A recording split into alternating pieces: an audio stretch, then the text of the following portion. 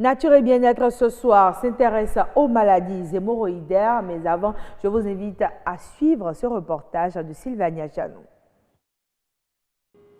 L'hémorroïde est un plexus veineux qui se trouve au niveau du canal anal et du rectum présent chez tout individu. Elle devient pathologique lorsqu'elle commence par entraîner des troubles chez l'individu. Nous avons premièrement une hyperpression artérielle au niveau des plexus hémorroïdaires. Le deuxième facteur est un facteur mécanique qui est lié à un ligament au niveau du pelvis, ce qu'on appelle le ligament de Parks, qui a pour rôle de soutenir ce plexus veineux. Il existe deux grands groupes d'hémorroïdes qui dérivent de la distribution du plexus hémorroïdaire, d'où les hémorroïdes internes et celles externes. Les différentes recherches scientifiques effectuées permettent de dégager certains facteurs qui favorisent le mal. Au nombre de ces facteurs, nous avons l'hérédité. Il a été prouvé que lorsque vous avez des membres de votre famille sur certaines générations qui ont développé des hémorroïdes, vous avez un risque plus accru de développer ces hémorroïdes par rapport à la population générale. À part l'hérédité, nous avons des facteurs alimentaires qui peuvent favoriser l'apparition des hémorroïdes. Au nombre de ces facteurs, nous avons l'alimentation trop riche en épices, l'alimentation trop riche en viande et l'alimentation trop riche en éléments constipants. En cas d'hémorroïde interne, l'identification se fait lors d'un examen appelé anoscopie, contrairement à l'identification de l'hémorroïde externe. S'agissant des hémorroïdes externes, le diagnostic est très simple.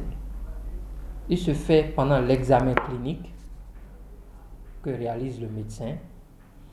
Le malade est mis dans une certaine position et le médecin écarte simplement les fesses. Et ça lui permet de regarder au niveau de l'anus et de faire le diagnostic. Caractérisé par une douleur au niveau de l'anus, des saignements ou les boules de chair, l'hémorroïde requiert une multitude de traitements qui dépendent du stade évolutif de la pathologie. La première chose à faire, c'est de réduire la consommation de la viande, des boissons alcoolisées, des épices, des moyens médicamenteux. Nous avons les médicaments qui sont des vénotoniques, qui augmentent la tonicité des veines.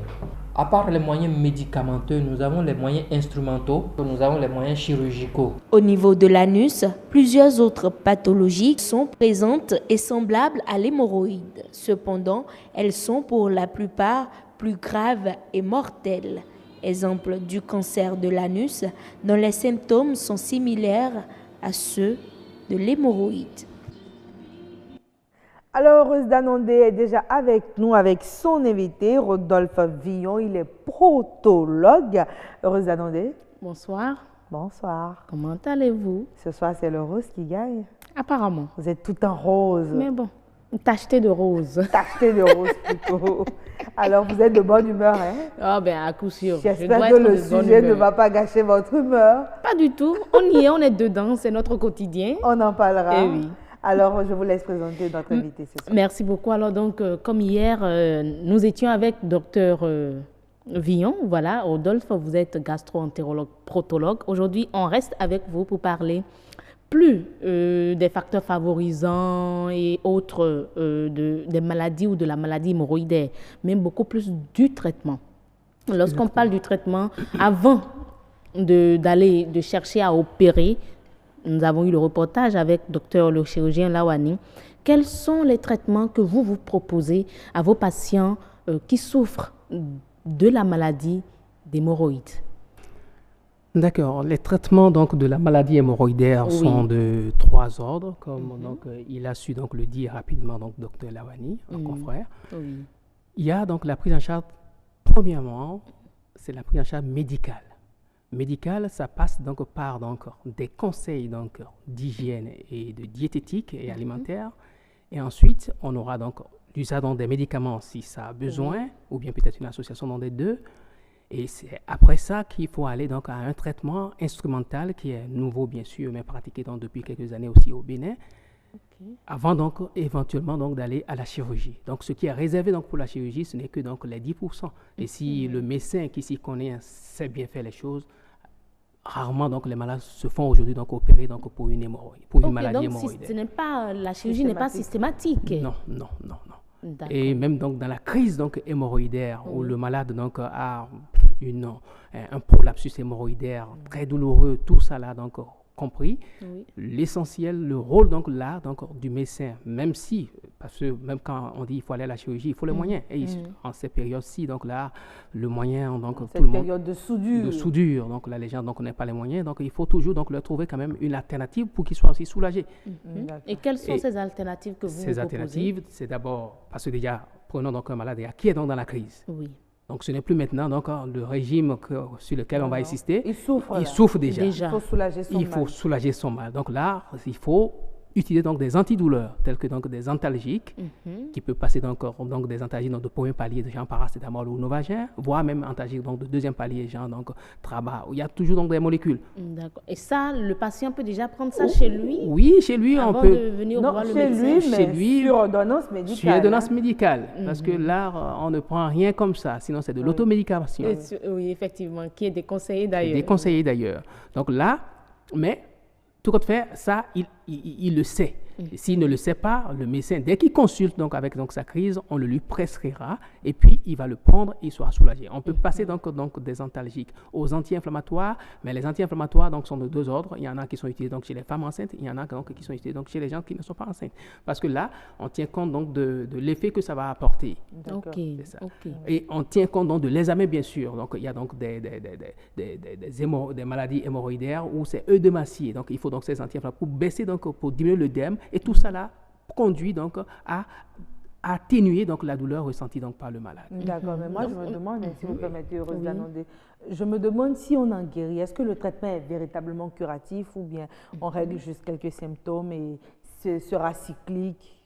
Là, très bien, c'est une bonne question. Au fait, donc, guérir donc, en général, guérir donc, de la maladie hémorroïdaire, on ne peut pas guérir donc, de la maladie hémorroïdaire. Si c'est héréditaire, c'est dans votre famille et que tous les facteurs favorisants donc, qui sont autour de nous et avec lesquels donc, on vit, on ne peut pas dire qu'on va guérir. Donc, dès que vous tombez encore dans ces facteurs, là, les veines sont là donc, pour être dilatées. Même si on vous opère au bout donc, de 2 ans, 5 ans, et que vous n'avez pas donc, une alimentation donc, appropriée pour régulariser surtout donc, le transit qui va avec, pour ne pas être constipé, pour ne pas faire donc, des diarrhées donc, au long cours, qui sont donc des mécaniques, qui sont donc qui exercent une pression donc, sur ces veines et les conduisent donc, à une dilatation, voire à une sortie. Là, c'est que, vous comprenez, donc si vous prenez toutes ces dispositions, là, vous pouvez dire que vous êtes guéri donc, de l'hémorroïde. Mais on n'en guérit pas parce qu'on vit donc avec donc, ces facteurs. D'accord. Je ne sais pas si avec le médecin vous pourriez parler. Il y a aussi ces tradithérapeutes qui vous vendent le miracle et qui vous disent que... Non, mais si vous le dites ainsi, c'est que vous rejetez du revers de la main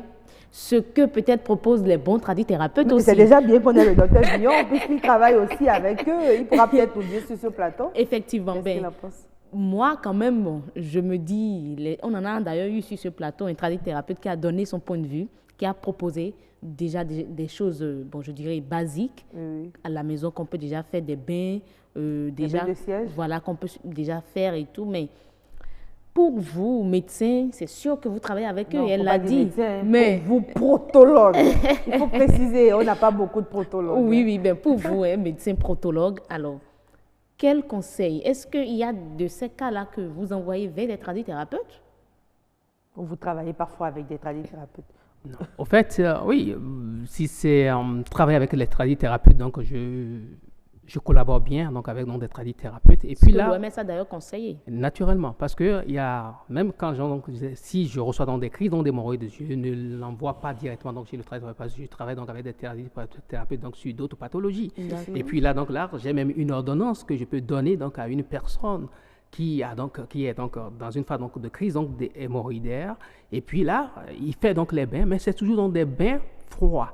C'est pas des bains glacés, bien sûr, mais l'eau doit être donc une eau, après peut-être une tisane, bien infusion, c'est une eau plate.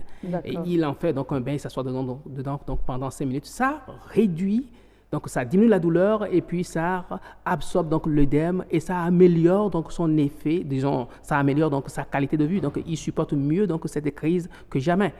Et après, bien sûr, c'est que cette ordonnance, même donc de plantes, donc là, c'est pas unique. On l'associe toujours avec quand même une ordonnance donc de produits pharmaceutiques pour améliorer rapidement donc son état. Ça, c'est pas refusé. On a parlé donc des traitements. Donc après, en dehors du traitement médical, il y a le traitement instrumental aujourd'hui, donc qui, par exemple, ce qu'on pratique régulièrement et puis fréquemment donc au Bénin, c'est la ligature donc élastique donc des Et ça se passe rapidement. Comment ça se passe? Ça se passe au bout donc en 5-10 minutes, c'est la ligature est déjà faite pour donc des hémorroïdes donc pour donc des hémorroïdes prolabées ou bien donc en cas de maladie hémorroïdaire où on a le prolapsus ou bien en cas où, c'est surtout donc dans le prolapsus, donc ce n'est pas toutes les hémorroïdes donc, qui sont indiquées où il y a indication la de plus ligature. observée ici, vous en parlez hier, c'est encore celle où ça sort, justement. Oui, c'est quand ça sort et que c'est gênant parce que tout le monde donc, ne traite pas, donc ce n'est pas forcé. C'est quand c'est symptomatique. Quand c'est symptomatique, c'est que tu portes donc cette maladie hémorroïdaire, peut-être que c'est déjà turgescent, mais turgescent, ça ne te fait pas mal, ça ne te gêne pas, tu n'as pas besoin de traiter. Ah, d'accord. Mais quand tu vois que cette zone, tu en as besoin. Donc c'est là où on peut consulter. C'est là, non, même déjà l'autre, il faut déjà consulter pour que le médecin te dise, après examen donc clinique, et puis donc un examen donc qu'on appelle donc anoscopie chez nous, pour faire la part. D'ailleurs, on fait un examen plus long, on va jusqu'au sigmoïde, donc plus loin donc dans le rectum, et après le rectum, on voit le sigmoïde, pour s'assurer que ce n'est pas autre chose qui fait prolaber l'anus, que ce n'est que les hémorroïdes. Il faut toujours faire la part donc, des maladies, surtout le cancer, qui peut être là aussi, et tu vas pousser donc, sur donc, le cancer, et tu vas voir donc, ton derrière prolabé, tu vas croire que donc, c'est les hémorroïdes. Alors que si c'était examiné par un médecin, il aurait fait la part donc, des choses et dit, tu n'as que donc, la maladie hémorroïdaire, et donc le traitement est simple, parce que la maladie hémorroïdaire ne se cancérise jamais. Voilà. Et le traitement est bien codifié et connu. Mais le patient qui souffre, qui fait, je ne dirais pas la crise, mais qui vient vous voir, combien de temps après, il aura satisfaction? Il sera soulagé. D'accord. Il fait la crise ou bien il ne fait pas la crise? Il fait la crise. C'est ce qui souvent conduit les patients vers les médecins. Très bien. Il y en a aussi d'autres qui viennent juste parce qu'ils ont senti donc, une boule donc, au niveau de la marge anale. Ils ne sont pas nombreux, bien sûr, mais ceux qui ont la hantise donc, du cancer se disent « Ah, je ne sais pas ce qui se passe », surtout si dans la famille, bien à côté, là, il y a appris que quelqu'un a eu un cancer comme ça, donc de la marge anale, il se dit « Ah, je vais vite faire examiner mon truc là pour m'assurer que ce n'est pas donc un cancer. » Maintenant, ceux qui sont donc dans une crise et qui viennent, non, les soulager, c'est rapide, tout dépendant de ton expertise. Ça dépend du degré également, du niveau de... Non. Quel que soit donc le degré, quelle que soit donc la procidence donc de la maladie hémorroïdaire, tout dépendant de ton expertise. Tu y vas donc avec bien sûr donc les calmants, les antalgiques ou bien les anti-inflammatoires déjà donc pour réduire donc l'œdème. Et tu peux faire donc un bain naturel ou bien un bain pharmaceutique. Il y a donc des préparations donc magistrales qu'on peut aussi faire donc à ces malades et ils font le bain et le soulagement c'est dans les 48 heures. D'accord. Maintenant si on n'y fait rien et qu'on attend uniquement la chirurgie, bien sûr, les antalgiques vont calmer, le malade peut souffrir donc longtemps. Et il y a aussi une manière donc de réduire donc là faire tout rentrer, ça. comme on le dit. Parce que quand tu prescris, quand la personne est en crise, même lui demandant d'aller faire les selles, elle va refuser. Même lui dit donc de mettre donc quelque chose comme donc un traitement local, parce qu'on n'a pas parlé donc des traitements médicamenteux. Donc il y a donc des vénotoniques, donc des médicaments donc qui tonifient donc les veines. Ah oui, mais si ça fait mal, on peut pas y mettre quelque chose. Non, on peut avaler par le haut, mais mettre par le bas, on peut pas mettre. C'est compliqué. Maintenant, si le médecin donc a la main, il peut donc remettre les choses donc à leur place et le mettre. D'accord. Et le mettre lui-même. Et le mettre lui-même. Et puis, dès qu'il l'a mis, le malade aura maintenant le courage de mettre. De pouvoir le faire, oui. Donc, c'est un peu ça. D'accord. Et systématiquement, tout ce qui est ressorti retourne à sa place. Si ça ne retourne pas à sa place, mais au moins, on a soulagé donc toute la douleur. D'accord. Et une fois on a soulagé donc le patient... Jusqu'à la prochaine crise. Non, pas la prochaine crise. Une fois on a soulagé la douleur dans les 48 ou bien 112 heures, là, on va décider en fonction de l'état d'un traitement soit instrumental, parce que nous sommes en crise, nous disons que c'est sorti. Nous sommes donc dans la maladie hémorroïdaire où tout est pour l'abbé. On n'est pas donc dans les caillots. Donc les caillots, les thromboses, ça c'est donc les maladies hémorroïdaires externes où l'injection, il faut toujours aller inciser. Si c'est une crise en rapport avec donc un caillot de sang à l'extérieur ou bien à l'intérieur, il faut forcément inciser, éliminer le caillot pour que la douleur cesse. Sinon la douleur ne cessera pas. Maintenant, je ne vous arrête pas, hein, ben, on a parlé du traitement et tout. 30 secondes. D'accord, ben, très rapidement alors, docteur, quelques moyens pour prévenir. On connaît les facteurs de risque et tout. On va essayer d'éviter les facteurs de risque. Alors, des conseils déjà pour l'organisme. Oui, pour prévenir, c'est pas difficile. Il faut déjà tout faire donc pour avoir un transit normal. Un transit normal, c'est tout faire pour ne pas tomber dans la constipation, surtout que vous êtes prédisposé ou bien que vous en avez fait donc la crise une fois dans votre vie, et ne pas tomber dans la diarrhée. Dès que vous commencez ça, il faut vite voir donc le médecin pour qu'il corrige et que le transit donc soit normalisé. D'accord. Rose Danondé, vous avez les méthodes de prévention. Éviter la diarrhée, éviter d'être constipé. On aurait aimé chercher à savoir comment avoir non, mais pour ça, vous nous recevez un nutritionniste peut-être, ou un diététicien avec qui le podologue a l'habitude de travailler. Rose Danondé, c'est terminé le temps que vous êtes imparti.